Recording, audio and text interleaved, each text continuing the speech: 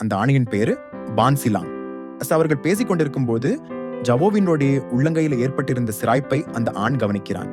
இயல்பாகவே அவன் தன் வாயை அந்த இடத்தில் வைத்து விஷத்தை உறிஞ்சுகிறான். பிறகு அவன் ஒரு கைக்குட்டையை எடுத்து அந்த இடத்தை துடைக்கிறான். ஜாவோ அவனை பார்த்து அப்படியே திகைத்து நிற்கிறாள். வீட்டிற்கு சென்றதும் அவள் தன்னை வருத்திக் கொண்டு தன் உதடுகளை தன் உள்ளங்கையின் காயத்தில் பதிக்கிறாள். அடுத்த நாள் அதிகாலையில் ஜாவோ தன் தலைமுடி அலங்காரப் பொருள் உடைந்து போனதைக் கண்டு அதிர்ச்சியடைந்தாள். எதிர்பாராத விதமாக அவள் மீண்டும் பான்சிலாங்கை சந்திக்கிறாள். ஜாவோவின் தலைமுடி அலங்காரப் பொருள் உடைந்து விட்டதை பார்த்ததும் அவன் அதை சரிசெய்து தர முன்வருகிறான்.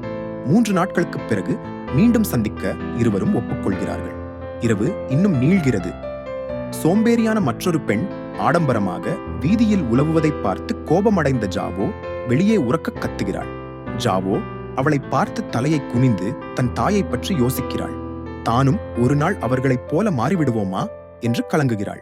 3 நாட்களுக்குப் பிறகு அவள் சொன்னது போல் தெருவுக்குச் செல்கிறாள். ஆனால் அங்கு பான்சிலாங் வேறொரு பெண்ணுடன் இருப்பதை பார்க்கிறாள். அந்த நொடி அவளுக்கு வானமே இடிந்து விழுந்தது போன்ற பேரதிர்ச்சியாக இருந்தது. இது நான் பார்த்ததிலேயே மிகவும் சங்கடமான காட்சி. ஒரு இளம் பெண் வாடிக்கையாளர்களை சந்திக்க வெளியே போகிறாள். ஆனால் எதிர்பாராத விதமாக தன் காதலனை சந்திக்க நேரிடுகிறது. இருவரும் ஒருவரையொருவர் பார்த்து என்ன செய்வதென்று தெரியாமல் தவிக்கிறார்கள். பான்சிலாங் வேறொரு பெண்ணுடன் இருந்ததை பார்த்த பிறகு ஜாவோ வெளியே செல்வதையே நிறுத்திவிட்டாள். முன்பு அவளிடம் வந்த வாடிக்கையாளர் மீண்டும் அவளை தேடி வருகிறார். ஆனால் ஜாவோ இனி அவரை நம்புவதில்லை. அவள் விரட்டியடித்த அந்த ஆணின் ஒவ்வொரு வார்த்தையும் பான்சிலாங்கைப் போலவே அவளுக்கு தோன்றுகிறது.